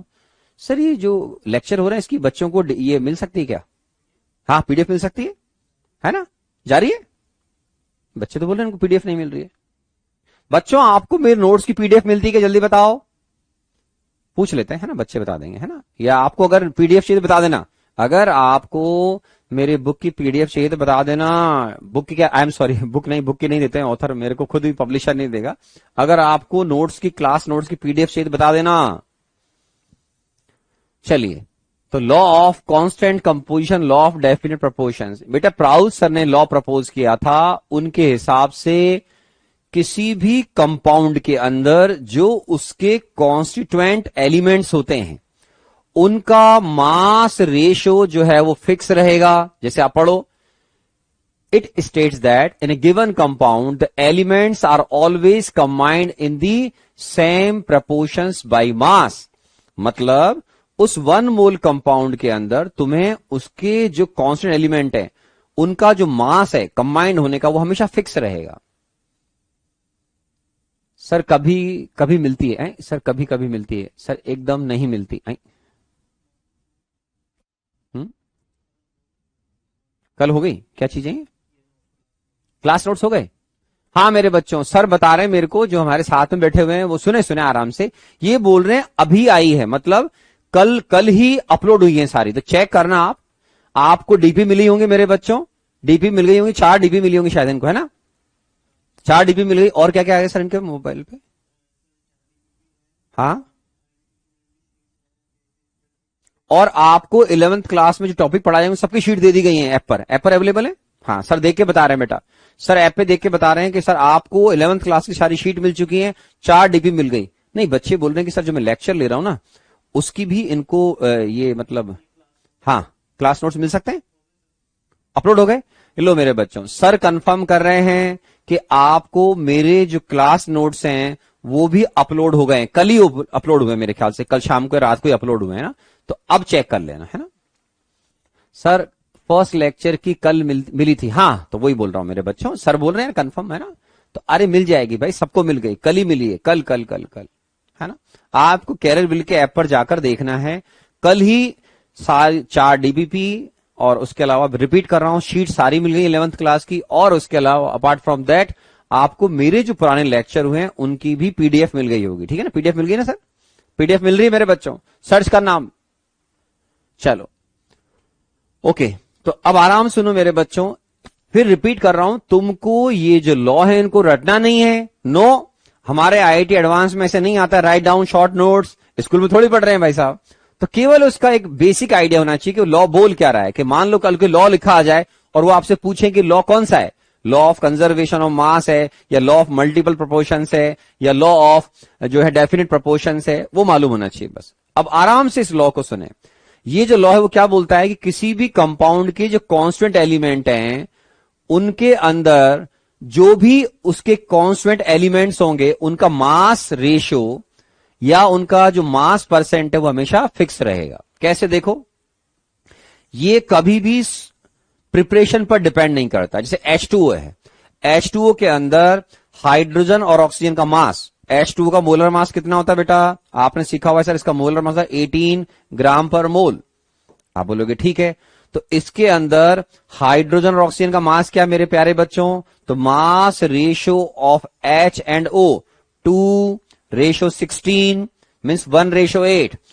अब इसका मतलब ये होता है मेरे बच्चों, पूरी दुनिया में वाटर अगर प्योर लेंगे, चाहे वो इंडिया में लें, चाहे यूएसए, चाहे फ्रांस चले जाएं, चाहे जर्मनी जाएं, ठीक है, उन सब में आपको H और O का जो मास रेशियो 1:8 मिलेगा। Law of constant composition means उस कंपाउंड के अंदर जो कांस्टेंट एलिमेंट्स हैं वो आपके फिक्स मास रेशियो रहेगा। ये कंपोजिशन कभी भी कंट्री के हिसाब से, प्लेस के हिसाब से या मेथड और प्रिपरेशन के हिसाब से चेंज नहीं होता है। मान लो एक बच्चे ने इंडिया में केमिकल रिएक्शन करके वाटर बनाया मेरे बच्चों, वो बोलेगा ठीक है सर, तो उसने ऐसे H2L बना लिया। ठीक है, आराम सुनो। एक बच्चे ने जर्मनी में हाइड्रोजन परऑक्साइड के सॉल्यूशन को डिकम्पोज किया और उसने H2L बनाया। ठीक है, H2L प्लस हाफ O2। तो आप कोई सा भी वाटर कलेक्ट करो सर, ये या ये, इन दोनों वाटर के अंदर H और O का रेशियो यही रहेगा। कंट्री पर डिपेंड नहीं करेगा, प्लेस पर डिपेंड नहीं करेगा, सोर्स पर डिपेंड नहीं करेगा, मेथड ऑफ प्रिपरेशन पर भी डिपेंड नहीं करेगा। मान लो कोई बच्चा कैल्शियम कार्बोनेट को डिकम्पोज करके मेरे बच्चों CO2 बना रहा है प्लस कैल्शियम ऑक्साइड। ठीक है, तो ये जो CO2 है इसके अंदर कार्बन और ऑक्सीजन का जो मास है वो मेरे बच्चों कितना है 12 और ये कितना है 32। तो आप बोलोगे सर 3:8, तो ये फिक्स रहेगा, ये चेंज नहीं हो सकता है मेरे बच्चों, फिक्स रहेगा। ठीक है, जैसे मान लो अगर कोई बच्चा कार्बन और ऑक्सीजन की रिएक्शन से CO2 बना रहा है, ठीक है, तो इस CO2 के अंदर भी कार्बन और ऑक्सीजन का जो मास रेशियो है वो फिक्स रहेगा। मास रेशियो ऑफ कितना बेटा, आप बोलोगे सर वही 12:32 मीन्स 3:8, वो फिक्स्ड है। किसी भी रिएक्शन से बनाओ, कैसे भी बनाओ, कोई फर्क नहीं पड़ता है। ठीक है, ठीक है ना।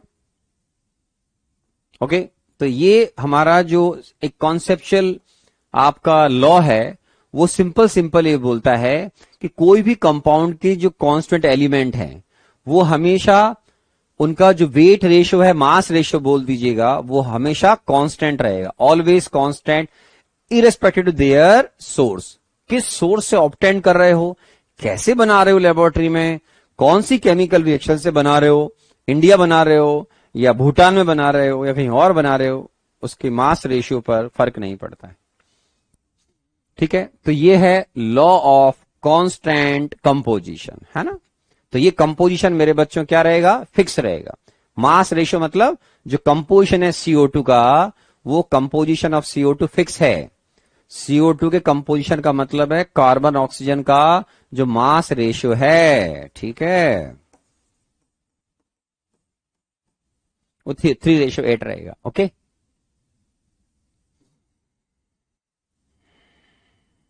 आराम से देख लें, है ना। तो ये आपका जो लॉ है वो कहलाता है लॉ ऑफ कांस्टेंट कंपोजिशन, या इसको हम लॉ ऑफ डेफिनेट प्रोपोर्शंस भी बोलते हैं।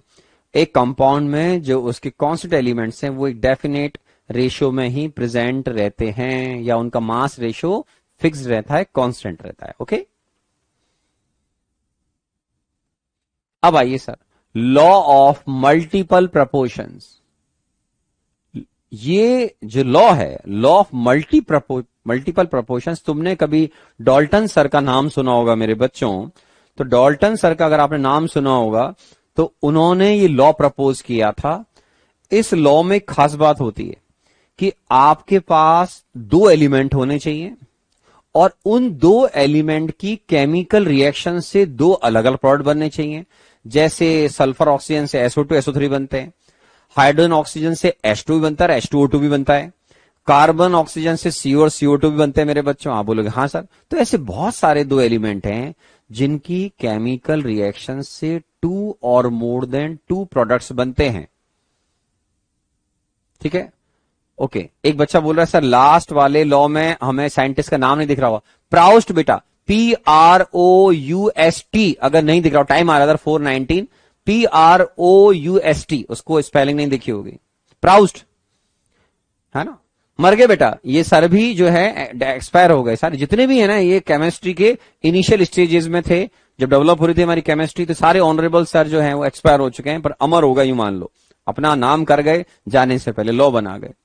लेकिन ये लॉ करंट सिचुएशन में जेई एडवांस के हिसाब से काम के नहीं है, क्योंकि इन पे कोई न्यूमेरिकल बनता नहीं है। समझ रहे हैं आप। कभी मुझे याद नहीं है किसी जेई एडवांस में किसी भी क्वेश्चन में इस तरह के लॉ आए। तो इनको केवल बेसिक लेवल पढ़ना है, ज्यादा टेंशन लेने की इनकी जरूरत नहीं है, ना इनको रटना है, आपको रटना नहीं है। चलिए, लॉ ऑफ मल्टीपल में जैसा मैं आपको बोल रहा था कि पहले आप उन दो एलिमेंट का सिलेक्शन करो जिनसे 2 और मोर देन 2 प्रोडक्ट बनते हो। क्या बनते हैं बेटा? 2 और मोर देन 2 प्रोडक्ट बनते हो। ठीक है सर। अब देखो ये लॉ क्या बोलता है, when 2 elements combine and form more than 1 product. ये भी ठीक है, अब मोर देन 1 कंपाउंड, जैसे C और O से C और CO2 बने। अब देखो, mass ratio of 1 element combined with fixed mass of other element bear simple ratio. Simple ratio का मतलब सिंपल मास रेशियो। अब इसका मतलब क्या है, रटना नहीं, मैं समझाता हूं, आराम से पेशेंस रखेगा, आराम समझना है। पहले 2 एलिमेंट लो। आप बोलोगे ठीक है सर, हमने सिंपल लिया जो बच्चे सुनते हैं, C और O, 2 कंपाउंड बने C और CO2, ये भी ठीक है सर। अब इसमें 2 अलग अलग एलिमेंट हैं, कौन कौन? कार्बन और ऑक्सीजन। इसमें कार्बन का जो मास है दोनों ही कंपाउंड में वो 12 ग्राम है, तो फिक्स मास हो गया, मतलब सेम मास लेना है। तो कार्बन का इधर जो मास है वो 12 फिक्स हो चुका है। अब इसमें CO में और CO2 में ऑक्सीजन का मास है मेरे प्यारे बच्चों 16 और 32। आप बोलोगे ये भी ठीक है। तो ये 2 एलिमेंट के कॉम्बिनेशन से 2 या 2 से ज्यादा जब प्रोडक्ट बनेंगे तो उनमें एक एलिमेंट का मास आपको फिक्स लेना है। तो अब ये दूसरे एलिमेंट के जो मासेस उन दोनों कंपाउंड में उस एलिमेंट से कंबाइंड हुए थे। फॉर एग्जाम्पल, CO में O का मास 16 था, CO2 में O का मास 32 था। In simple words we can say 16 gram O combined with 12 gram of O and formed 28 gram of CO. 32 gram of oxygen combined with 12 gram of carbon formed 44 gram of CO2. तो ये carbon का जो मास है 12 ग्राम वो तो fix हो गया बेटा। तो अब ये ऑक्सीजन के दोनों कंपाउंड में जो मास प्रेजेंट है आप उनका रेशियो निकाल लो बस। ये रेशियो एक सिंपल नंबर आएगा। तो क्या रेशियो आया बेटा? The masses of oxygen which combined with, क्या लिखा बेटा? Fix mass of carbon. कितना लिखा बेटा? 12 ग्राम। ये रहा। इन दोनों के बीच का मास रेशियो जो निकालोगे वो एक सिंपल रेशियो होगा, bear a simple ratio. 16:32 को अगर आप सिंप्लीफाई करोगे मेरे बच्चों तो 1:2 आएगा। क्या आएगा बेटा? 1:2 आएगा। तो बेसिक लेवल के लॉ हैं जो उस समय प्रपोज किए गए थे, जिनको हम आज सुन रहे हैं। और एग्जाम्पल चाहो तो ले सकते हो, जैसे H2O2 और H2O। अब इसमें आप फिक्स मास ले लो, फिक्स मास ऑफ हाइड्रोजन ले लो। कितना है इसमें बेटा? हाइड्रोजन का मास वो है 2 ग्राम। आप बोलोगे यस सर। अब इसमें और इसमें O का मास बताओ बेटा। तो H2O2 में mass of O in H2O2 सारे बच्चे बोलेंगे sir 32 gram. Mass of O in H2O क्या बोलोगे मेरे प्यारे बच्चों? आप बोलोगे सर 16 ग्राम। तो आपके पास जो एक एलिमेंट है जिसका मास फिक्स हो चुका है 2 ग्राम, उसके साथ में जो अदर एलिमेंट है वो जब कंबाइंड हो रहा है तो उनके जो भी मासेस हैं उनका रेशियो एकदम सिंपल आएगा, मास रेशियो ऑफ O। ठीक है ना? वो कितना है बेटा? 32:16 to 1। तो ये बहुत ही सिंपल आपका लॉ है, फंडामेंटल लॉ है। इसमें इजी लैंग्वेज में इन दो ये जो मास रेशियो होते हैं वो एक दूसरे का सिंपल मल्टीपल होते हैं। ये फंडामेंटल सा लॉ है ना। उस जमाने में एक्चुअल में क्या है मेरे बच्चों, साइंस डेवलप हो रही थी, तो केमिस्ट्री डेवलप हो रही थी। आज कहना आसान है, उस जमाने में जब केमिस्ट्री डेवलप हो रही थी तब इन लॉ को बनाना, मतलब ये ऐसा नहीं कि अभी 10-20 साल पुराने लॉ हैं, अरे देश की आजादी से पहले के लॉ हैं ये, ठीक है ना। ओके, तो ये आपने इस तरीके से बात कर ली। ओके, तो फर्स्ट क्लास ये हमारा लॉ ऑफ मल्टीपल प्रोपोर्शंस है। इस पर आप एक एग्जांपल और कोड कर सकते हैं, आराम आराम से देखना मेरे बच्चों। N2O, N2O2, N2O4 और N2O5, ठीक है। अगर हम इनको देख रहे हैं तो इन सब में मैंने जानबूझकर ऐसे कंपाउंड लिए जिसमें आपको नाइट्रोजन के मास पर मेहनत नहीं करनी पड़ेगी। इसमें देखो बेटा 28 ग्राम नाइट्रोजन है, इसमें भी 28 ग्राम नाइट्रोजन है, इसमें 28, इसमें भी 28। तो इसका मतलब इजी लैंग्वेज में ये फिक्स्ड मास ऑफ एन हो गया। आप बोलोगे यस सर। तो अब इन सारे कंपाउंड में जो ऑक्सीजन कंबाइंड हो रहा है मेरे बच्चों वो है 16, 1 मोल 16 ग्राम, 2 मोल 32, 4 64 और ये 80 ग्राम। तो आपका इस केस में जो मास रेशियो है वो आप और सिंप्लीफाई करें तो 1 रेशो आप 8 से डिवाइड कर दो बेटा 2, इधर कितना आएगा आप बोलोगे सर 4, या यहां पर आप करोगे तो कितना हो जाएगा 8 रेशो 5, इस तरीके से। तो ये सिंपल नंबर पर इनका रेशो आता है। एक्चुअल मैंने एक्सटेंड किया उस डेफिनेशन को, तो वो इन दो के बीच में देखोगे तो आपको लगेगा कि हाँ सर इनका जो मास रेशो है वो एक सिंपल नंबर के साथ में रहेगा। तो ये 1 रेशो 4 है, या ये 4 रेशो 8 है, या ये 1 रेशो 5 है, वॉट तो एक सिंपल नंबर रहेगा। मतलब ये एक कोई रैशनल वैल्यूज नहीं होते हैं, है ना। तो ये बहुत फंडामेंटल कॉन्सेप्चुअल लॉ थे उस जमाने के हिसाब से। तो इसमें जो मास रेशियो है ऑक्सीजन के वो कुछ इस तरीके से आने चाहिए। कोई खतरनाक डेंजर रैशनल वैल्यू जैसे इसकी देख रहे हैं आप तो वो नहीं आती हैं। बस यही लॉ था बेसिकली, और कोई खास बात नहीं है इसमें, है ना। अब जो हमारा ये लॉ है, लॉ ऑफ रेसिप्रोकल प्रोपोर्शंस, ये लॉ एनसीईआरटी की बुक में नहीं दिया हुआ है मेरे बच्चों। ये रिस्टर सर थे, रिस्टर सर ने प्रपोज किया था। तो ये जो लॉ है, ठीक है ना, तो मैं चेक कर लेता हूं बेटा 1 रेशो मैंने शायद अच्छा मैंने यहां गड़बड़ कर दिया। एक मिनट यस 60 से डिवाइड करना 1 रेशो 2। ओके, यहां पर भी गड़बड़ कर दिया फिर तो, सॉरी 1 रेशो 2, ये आ गया आपका 16 32 और ये 4 और ये 5, ठीक है। ओके, तो ये आपके पास इस तरीके से आ रहा है ना, ठीक है। ओके,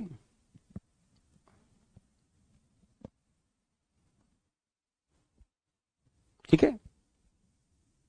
1 रेशो 2 रेशो 4 आएगा बेटा, है ना।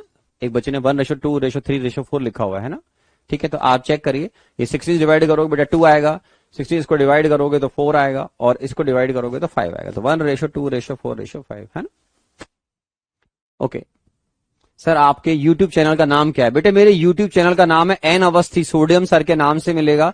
कई बच्चों ने ज्वाइन कर लिया, कितने बच्चों ने ज्वाइन कर लिया जल्दी बताओ रे, बोलो रे मेरे बच्चों, चॉकलेट लाओ सर विनायक गुप्ता। हाँ, तो YouTube चैनल ज्वाइन कर लेना बेटा, उस पर मैं आपको और कुछ अच्छी मोटिवेशनल बातें करता रहूंगा समय के हिसाब से, ठीक है। तो ये आ गया।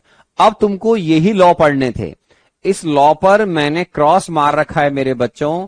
मतलब जो लॉ ऑफ रेसिप्रोकल प्रोपोर्शंस है, ये रिस्टर सर ने प्रपोज किया था।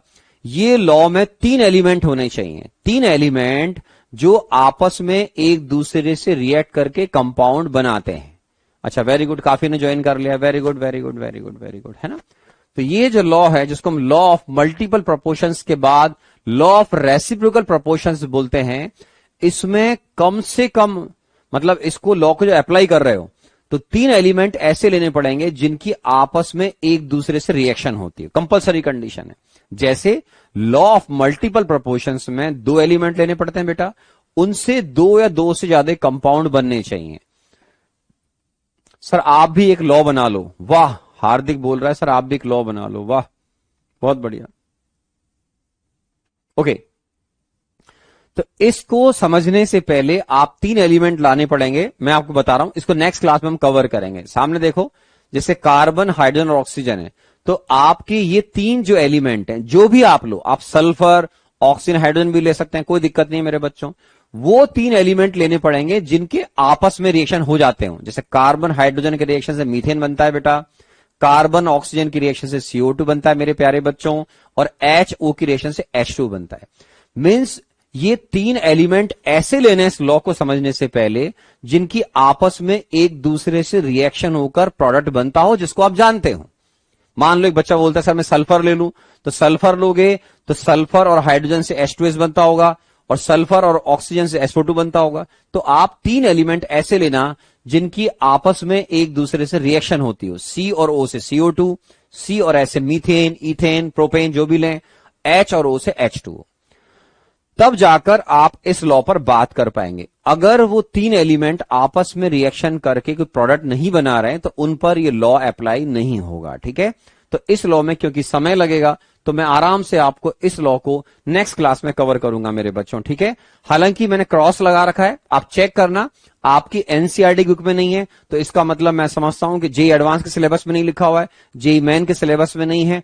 तो मैं उम्मीद करता हूं कि आईआईटी वाले चीटिंग नहीं करेंगे, तो ये लॉ आईआईटी में नहीं आना चाहिए। लेकिन क्योंकि ये लॉ कई बुक्स में दिया होता है, तो अगर आप सुन लेंगे तो इसमें आपको कुछ बिगड़ेगा नहीं, कम से कम, है ना।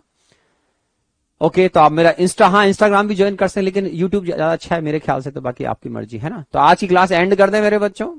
हाँ, NHO भी ले सकते हैं बेटा, एक बच्चा बोल रहा है, ठीक है। तो हम अगली क्लास में फिर मिलेंगे बच्चों। इस लॉ को पढ़ने के बाद हम जेईई के हिसाब से एक बहुत इंपॉर्टेंट कॉन्सेप्ट पर एंटर करेंगे। वो अगर आपने कभी सुने होंगे, what do mean by empirical formula, molecular formula. फिर हम धीरे धीरे स्टोइकियोमेट्रिक तरफ बढ़ जाएंगे, जिसमें हम मोल कॉन्सेप्ट को बहुत अच्छे से यूज करेंगे। किसमें? स्टोइकियोमेट्री में आने वाला है। तो अब हमारे आने वाले टाइम में बहुत कैलकुलेशंस की बात होगी।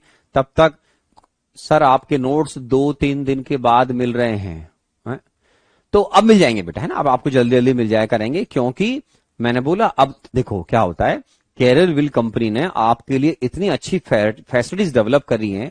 कोई भी बेटा ऑर्गेनाइजेशन जब कोई नया स्टेप लेता है तो उसको स्टेबल होने के लिए कुछ दिन देने चाहिए। Take your patience. आपको इतनी अच्छी फैसिलिटीज घर पर जेईई मेंस से लेकर एडवांस तक की पढ़ने की कैरियरविल कंपनी प्रोवाइड कर रही है, उसके धन्यवाद देना चाहिए। हाँ, शुरुआत में कुछ छोटी मोटी कमियां रह जाती है, उनको बहुत जल्दी रेक्टिफाई कर रहे हैं। जैसे आप देखो फटाफट अभी हमको सेकंड वीक स्टार्ट हुआ है, डीपीपी आने लग गई, शीट आने लग गई, तो थोड़ा सा समय देना चाहिए ना। टेक पेशेंस, पेशेंस रखें, बहुत अच्छा होगा मेरे प्यारे बच्चों। अगली क्लास में फिर मिलते हैं, ठीक है। Thank you very much, thank you. जय हिंद, जय हिंद।